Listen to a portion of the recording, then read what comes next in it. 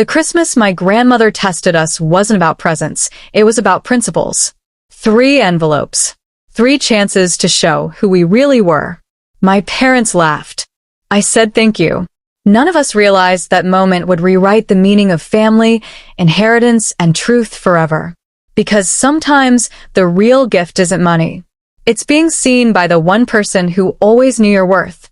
Watch how one grandmother's quiet test exposed decades of pretense. If you believe respect is worth more than wealth, this story is for you.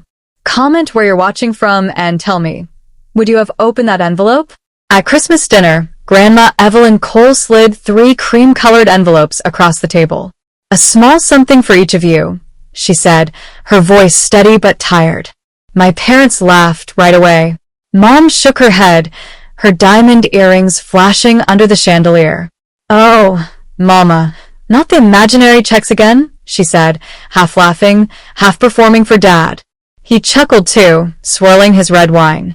You know how she loves her little jokes. Go on, play along, Tiana. I didn't laugh. I looked at Grandma. Her hands trembled slightly, and her smile didn't reach her eyes. Thank you, Grandma, I said quietly and slipped the envelope into my coat pocket. My parents were already back to talking about their new SUV and the neighbors' jealousy.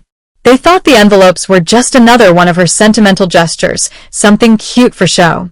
They had no idea what they'd just dismissed, and neither did I. The next morning, I went to the bank, mostly out of curiosity. I felt nervous, almost guilty, like I was doing something wrong. I handed the envelope to the teller. She stared at the check for a long time, then looked up with a polite, practiced smile. Your deposit cleared, Ms. Rivers.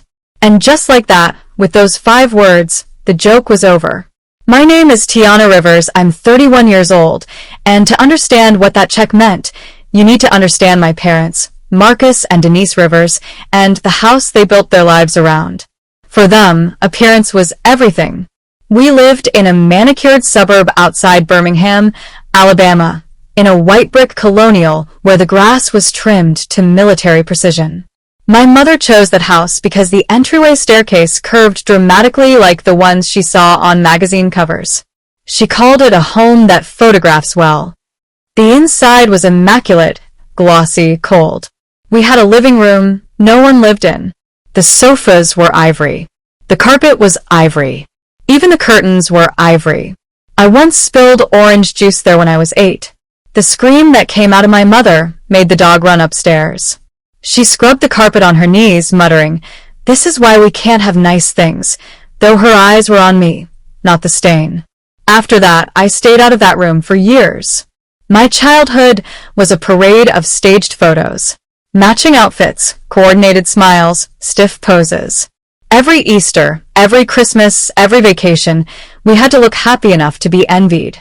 I still remember one picture from when I was 12, our family dressed in identical green sweaters that itched like sandpaper. "Smile, Tiana," my father ordered from behind the camera. "It itches," I mumbled. "Stop it," Mom hissed, adjusting my shoulders like I was a mannequin. "Your father and I work hard to give you this life. The least you can do is look thankful." So I smiled, tight and fake. My mother framed that photo and put it on the piano. She called it her favorite. "We look like success," she'd say. Hard work was their favorite phrase. "We've worked so hard for this life." They repeated it at every party. And they loved parties, expensive candles, catered food, clinking glasses. I played the polite daughter, standing near the door in a lace dress she'd chosen, smiling and collecting coats before sneaking upstairs to read in peace. Once, during one of those parties, a guest wandered into my room looking for the bathroom. She saw me curled up with a book. "Hiding?" she asked, smiling kindly. I nodded. "Your folks sure like to entertain." She laughed softly and left. Later I heard Mom near the stairs explaining, "Tiana's just shy. She'll grow out of it." But I wasn't shy. I just didn't like their noise, their performance. Everything, the house, the parties, the cars, wasn't paid for by their hard work. It all came from Grandma Evelyn Cole. She was nothing like them. She'd built Cole Industries, a supply chain firm she'd started with one used delivery van and a ledger notebook. By 60, she was one of the most respected black women in business in Georgia. Even after retirement, she balanced her own accounts and still baked her own cornbread every Sunday. My father worked under her company's umbrella. His title sounded impressive, Vice President of Strategic Growth, but I once interned there in college and saw how little he actually did. Grandma paid his salary, their mortgage, and their image. They loved her money, but were embarrassed by her. She wore thrift store sweaters, drank instant coffee, and laughed too loudly. Once at a party, a man teased, "You still run those dusty warehouses, Mrs. Cole? No crypto portfolio yet." Grandma smiled. "No need. I invest in people who keep their word. That currency never crashes." My father's smile froze. The guests laughed awkwardly, and later I heard him hissing in the kitchen. "She made me look like a fool, Denise." "She's from another era," Mom soothed. "We just have to manage her better." They showed her off when it was convenient. Our matriarch, the woman who built it all, but never lived by her values. To them, she was a bank with wrinkles, one they assumed would never close. To them, I was the failure. They called me creative, which in their language meant unemployed. I wasn't. I ran a small interior space studio in Atlanta, designing warm, functional homes for working families. It wasn't flashy, but it was mine. When Mom visited once, she looked around my modest apartment, plants in recycled jars, mismatched chairs, and sighed, "Tiana, it's so bohemian. Don't you ever want something real?" "It is real, Mom," I said. She glanced at my chipped mug and smiled like I'd proved her point. Dad was worse. Decorating houses? You could have gone to business school. You wasted a degree on drapes. I almost did go to business school. They pushed hard for it until one night I broke down studying for the GMAT, sobbing over spreadsheets. That's when Grandma called. "You sound like you swallowed a storm," she said. "I'm fine," I lied. "No, baby. Storms make noise when they're fine. Tell me the truth." So I did. I told her I wanted to work with color and texture to make spaces where people could breathe. She was quiet for a long while, then said, "Come by this weekend. Bring jeans you don't mind ruining." That Saturday, she led me not into her fancy den, but into her old workshop. The air smelled of varnish and cedar. "We're building a table," she said. "Let's see if you know the weight of wood." We worked all weekend. She taught me how to measure twice and cut once, how to listen for the sound good lumber makes when it's true. "It's never about the paint, Tiana," she said, running a hand across a smooth plank. "It's about the bones underneath. Pretty easy. Strong takes work." When we finished, we had a simple oak table, sturdy, plain, perfect. "This is honest work," she said. "Don't ever let anyone call it small." That table still sits by my door. I draw my keys on it every night. Christmas at my parents' house was never warm. It was staged. The dining room looked like the inside of a lifestyle magazine. Mahogany table polish to a mirror, crystal glasses lined like soldiers, and a centerpiece so tall you could barely see who sat across from you. My mother floated around in a deep green silk dress, fussing with the candles. "Marcus, do you think the duck is too dry?" she whispered. "It's fine, Denise," my father muttered, checking his phone beneath the tablecloth, probably pretending to read about market futures. And at the head of the table sat Grandma Evelyn, in her favorite gray cardigan that had seen more winters than I had birthdays. Her posture was still regal, but her hands rested lightly on the table as if they were tired of holding everyone else's weight. Mom's eyes flicked disapprovingly at the cardigan. "I wish she'd at least dress up for dinner," she murmured. I heard her. So did Grandma. She only smiled faintly, as if she'd been expecting the comment. We were halfway through dessert, a dense chocolate torte that glittered with gold leaf, because subtlety was not my mother's ministry, when Grandma cleared her throat. The sound was small but cut through the room like a bell. "I have something for each of you," she said. My parents froze. She reached into her worn leather purse and drew out 3 white envelopes. She slid one to my father, one to my mother, and one to me. "Just a little Christmas gift," she said softly. Mom's laugh came quick and brittle. "Oh, Mama, you and your surprises. What is it this time? A pretend lottery ticket?" Dad joined in. Let's see what kind of joke she's cooked up now. He tapped his envelope against his glass. You love your games, Evelyn. They didn't open them. They just laughed. I didn't. I watched her instead. Her gaze wasn't teasing or amused. It was heavy, tired, searching. When her eyes met mine, I saw a quiet sadness there that made my stomach twist. Thank you, Grandma, I said and placed the envelope gently in my lap. Her lips curved into a slow nod, almost invisible. Keep it safe, she murmured, so softly my parents didn't hear. The rest of the night blurred. My mother talking about her New Year's Eve gala. My father bragging about a golf membership he hadn't paid for himself. I barely touched my food. I kept my hand in my pocket, fingers wrapped around that envelope. It felt heavier than paper should. When I hugged Grandma goodbye, she held me tighter than usual. Drive carefully, sugar, she whispered. I will. I love you. I love you too, baby. You're a good one. You're real. My parents stood in the doorway under their chandelier light, waving like royalty seeing off a servant. Merry Christmas, honey, Mom called. Don't forget to text your cousins. As soon as I drove off their spotless street, my body shook with something I couldn't name, anger, maybe, or knowing. I kept hearing her voice. Keep it safe. The next morning, I couldn't stand not knowing. I brewed coffee, sat cross-legged on my worn rug, and opened the envelope. Inside was a cashier's check drawn from E. Cole Holdings Bank, made out to Tiana Rivers, for $150,000. I read it 3 times, my pulse pounding. Her signature flowed across the bottom in strong, careful ink. It was real. I should have been ecstatic. Instead, I felt the air leave my lungs. That check wasn't a gift, it was a verdict. She'd given all 3 of us the same envelope, and only I had said thank you. My parents had laughed. I folded the check back into its envelope, then placed it inside the cedar box Grandma and I had built together in her workshop. The smell of sawdust and polish hit me, grounding me. I set the envelope on top of our photo, me, 15, covered in sawdust, grinning beside her, and closed the lid. It didn't feel like money. It felt like a message. That night, I barely slept. By morning, questions churned like thunder. What if it was a test? What if she wanted to see who cashed it? What if cashing it made me just as greedy as them? By noon, my curiosity and fear tangled so tight they suffocated me.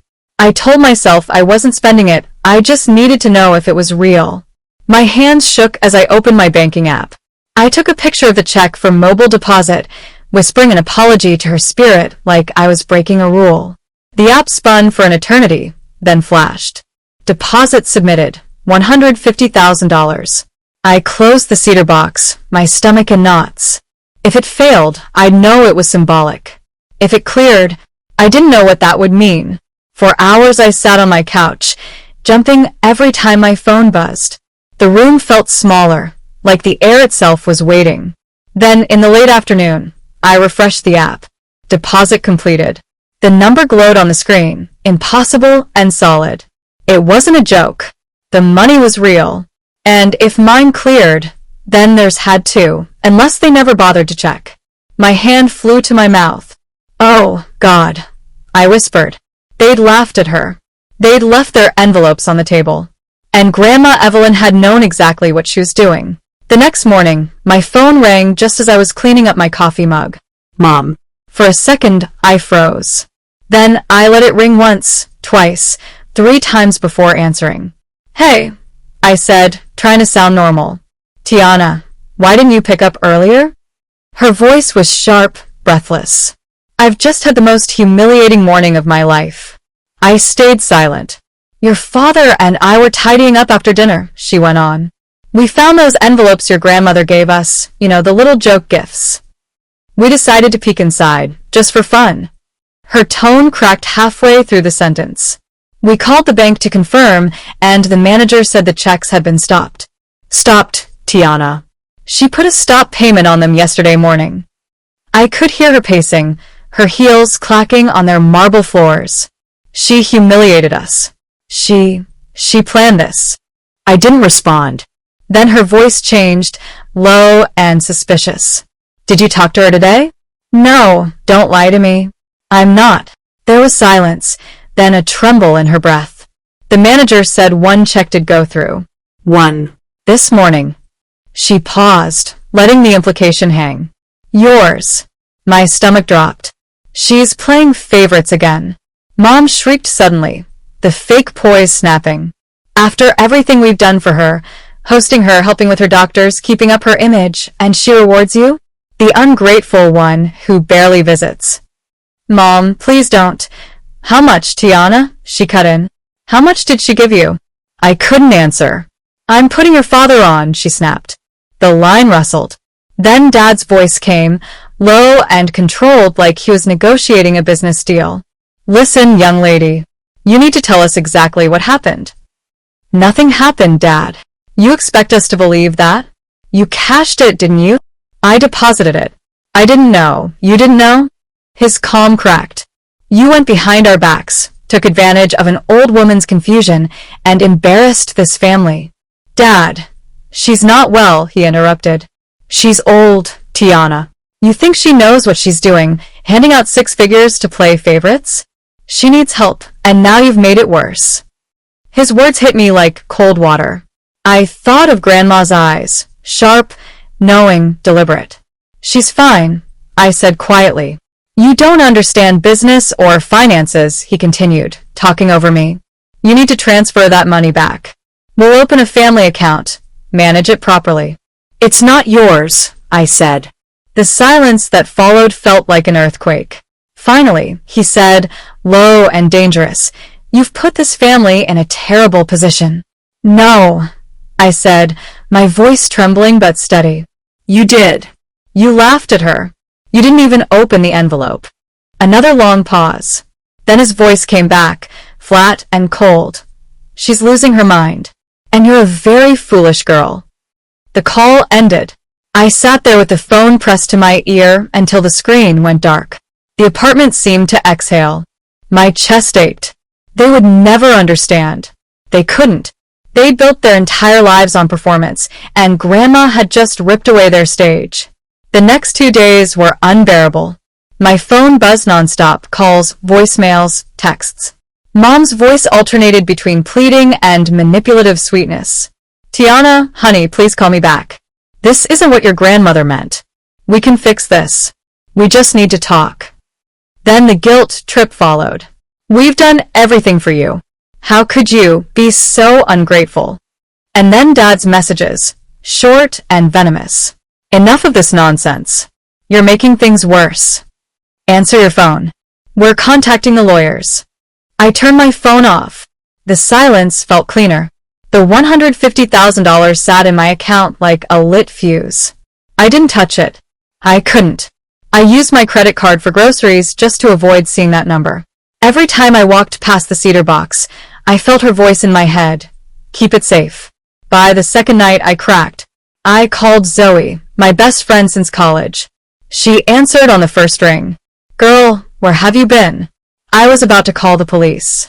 Zoe worked in community law.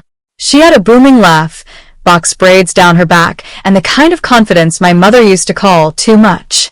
I'm okay, I said softly, though I was far from it. Can we meet? We met at a tiny diner off Peachtree Avenue, the kind with sticky menus and perfect coffee. She took one look at me and frowned. You look like you've been crying for 2 days. Start talking. So I told her everything. The dinner, the envelopes, the laughter, Grandma's eyes, her words, the check, the call from my parents. By the time I was done, my tea had gone cold. Zoe sat back, jaw tight. So let me get this straight. She gave y'all each the same gift, and only you respected it? I nodded. And now they're mad that you didn't fail the test. She let out a humorless laugh. Classic. Zoe, what if she really is confused? What if this wasn't a test but a mistake? Her eyes softened. Baby, your grandmother built an empire. Confused people don't out-negotiate logistics contracts and raise 3 grown children who can't match her wisdom. She knew exactly what she was doing. I stared into my mug. Then why me? Because you listened, Zoe said simply. You didn't perform. You saw her. That's what she was testing. Not greed. Gratitude. I felt tears rise again. They're never going to forgive me. Then that's their loss, Zoe said. You don't know people who only love the version of you that stays small. I laughed weakly. You sound like a therapist. I'm a lawyer with good taste in friends, she said, grinning. Then her voice turned serious. Tiana, don't apologize for being chosen. Just be ready for whatever comes next. Because something tells me this story isn't finished. Later that evening, I checked my mailbox. A single envelope waited inside, heavy, cream-colored, with my name written in Grandma's elegant handwriting. Inside was a card. Printed neatly in black ink were 5 words. Dinner. Saturday. 7 p.m. Her house. No explanation. No note. My pulse raced. I called Zoe immediately. She invited me to dinner. I whispered. Just you? I think so. Zoe exhaled. You think your parents will be there? I don't know, I said. But something tells me this isn't a dinner. It's a conclusion. Saturday night came cold and windless, the kind of stillness that makes sound travel farther. I drove the old sedan Grandma helped me buy after college, its heater wheezing, the dashboard light flickering every few seconds. The closer I got to her neighborhood, the quieter the world seemed to get. My parents' subdivision sat in one of those new gated communities with sterile lawns and glass facades. But Grandma Evelyn's home, an old brick colonial tucked under wide magnolia trees, stood like it had nothing to prove. The porch light glowed steady. The curtains were drawn. When I pulled up, I saw 3 other cars in the drive. My stomach dropped. One of them was my father's silver Lexus. Another was Mom's champagne Mercedes. So this wasn't just dinner. This was a tribunal. I almost turned back, but Grandma's words anchored me again. Keep it safe. I got out and walked toward the front door, the crunch of gravel loud in the quiet. Before I could knock, the door opened. It was Miss Clara, Grandma's longtime housekeeper, who'd been more of an aunt than an employee my whole life. She gave me a sad little smile. She's expecting you, baby. They're already here. My heart thudded. They. She nodded. In the dining room. The house smelled like home. Lemon oil, collard greens, a faint hint of pipe tobacco. The walls were lined with framed photos. Grandma standing beside delivery trucks. Grandma with her staff at a company picnic. Grandma and me in that workshop holding up the oak table we'd built. Clara led me down the hallway to the study doors, heavy and carved with age. Go on, she said quietly. Inside, Grandma Evelyn sat behind her old mahogany desk, not in her cardigan this time, but in a deep navy suit. Her silver hair was pinned up neatly, her pearl earrings gleaming. She looked every inch the woman who'd once negotiated million-dollar contracts from that very seat. Hello, sugar, she said, her voice steady. Hi, Grandma. You look nervous. I am. No need to be, she said, rising. You did right. Sit down. I sat across from her, hands clasped tight in my lap. You got my invitation? She asked. Yes, ma'am. She nodded. Good. Before we go in there, I need you to understand something. What happens tonight is between me and them. You are not to carry this weight. You just be yourself, truthful and steady. That's all I've ever asked. She stood, slow but straight. Come on. Let's go eat. The dining room glowed with soft amber light. My parents were standing near the fireplace. Mom wore a fitted black dress, her makeup flawless, but her eyes rimmed red. Dad stood beside her, tense, hands in his pockets, like a man bracing for bad news. When they saw me, Mom blinked in surprise. Tiana? You're here? Grandma's voice floated in behind me. Of course she's here. I invited her. Mom's smile strained. We just didn't expect, well, sit down, Grandma said. It wasn't a request. She took her place at the head of the table. No food waited there, only a slim manila folder, its edges perfectly aligned with a table runner. I asked y'all here because it's time we set things right, Grandma said calmly. Mom's hands fluttered. Mama, if this is about those checks, it is. The silence was instant and sharp. I've spent 35 years giving and watching, Grandma said. Houses, jobs, tuition, bailouts, and blank checks, all given in love. And, do you know what I've learned? Her eyes moved from my father to my mother. Some people take generosity as proof that they deserve it. Now hold on, Dad snapped. That's not fair. Grandma lifted one eyebrow. Fair? Let's talk about fair. Fair is when a person says thank you and means it. Fair is when you respect what built your comfort. Tell me, Marcus, when was the last time you looked me in the eye and said you appreciated anything that wasn't cash? My father's jaw worked, but no words came. I gave each of you a gift on Christmas, she continued. A simple one. You could have opened it, said thank you, and know me well enough to recognize that I don't hand out jokes. She turned to me. But only one person did. My mother's hand slammed the table. So this was a trick. You humiliated us in our own home. I didn't humiliate you, Grandma said softly. You did that yourselves. Mom's voice shook. You stopped those checks just to embarrass us. I stopped them because I wanted to see your hearts, Grandma said. And I saw them, clear as day. She opened the folder. The papers inside gleamed under the light. You keep talking about humiliation, Denise. Let's talk about inheritance. My parents froze. These, Grandma said, sliding 2 papers across the table, are copies of what's already been signed and filed. The business, the house, the holdings, all of it. She paused. They're no longer yours to expect. Mom gasped. Mama, you can't. I already did. She turned to me then and pushed the remaining pages in front of me. This is yours now. My breath caught. Grandma, I what? Read it, she said. My eyes skimmed the words. Transfer of ownership. Coal Industries successor trustee. Tiana Rivers. My father stood up so fast his chair screeched across the floor. You've lost your mind. She's a decorator, for God's sake. She doesn't know a thing about logistics. She knows how to work, Grandma said. And she knows how to tell the truth. She manipulated you, he shouted. You're not thinking straight. Marcus, she said quietly, I've never seen straighter. You wanted a business you never ran, money you never earned, and respect you never gave. I'm not taking anything from you. I'm just giving you the honesty you avoided for decades. Mom's voice cracked. You're doing this because she said thank you? I'm doing this, Grandma said, her tone final, because she meant it. The room fell silent. The only sound was the faint ticking of the grandfather clock in the hall. My father's face turned a blotchy red. His anger had nowhere to land. My mother sat frozen, mascara streaking down her cheek. Grandma remained still at the head of the table, her hands folded neatly. Then she said 5 words that ended the argument. Now I know who's real. It was quiet enough to hear the fireplace crack. Mom stood first, grabbed her purse, and walked out. Dad lingered, looking from me to Grandma like a man staring at a door that had just closed forever. Then he followed. The front door slammed, echoing through the house like the end of a prayer. Grandma exhaled slowly and turned to me. Well, she said, looks like dinner just got peaceful.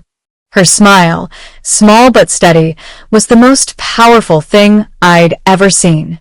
After my parents left, the house fell into an almost holy silence. You could still smell the roasted chicken that Clara had kept warm in the kitchen, but no one moved to eat. The tension had burned itself out, leaving only peace. Grandma stayed standing for a long moment, her back straight, eyes soft. Then she finally sat and exhaled a long, weary breath, the kind that comes after a lifetime of holding your family upright. Well, she said quietly, almost to herself, that's done. I didn't move. My hands were still resting on the folder with my name written across it in her looping handwriting. Grandma, I whispered, I don't know if I can do this. I don't know the first thing about running a company. I don't know how to be you. She looked at me with that steady, clear-eyed patience that used to make even my father sit straighter. Baby, I don't need you to be me, she said. I need you to be real. That's rarer than smart these days. Clara entered quietly then, carrying a tray of food, roasted chicken, mashed potatoes, collard greens, hot cornbread. She didn't look surprised that the table was half empty.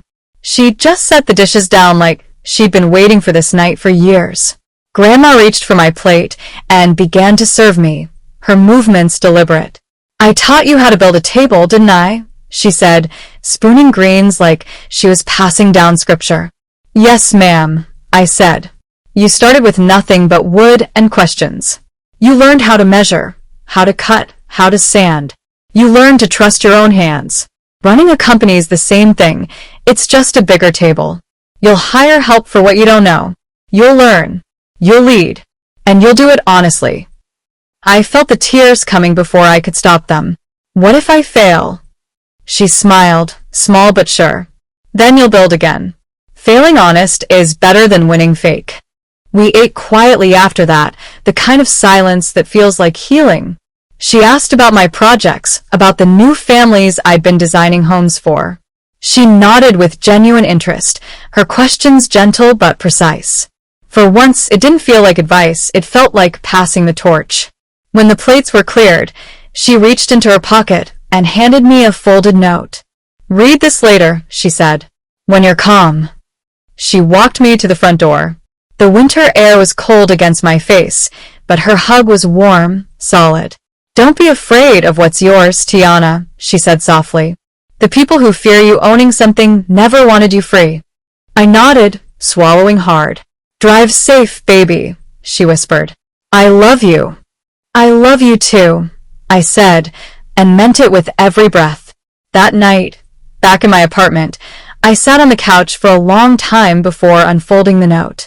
Her handwriting was graceful and certain. "Money moves every day, baby. But respect, real respect, changes hands once. Hold on to it when it does." I pressed the paper to my chest and finally cried.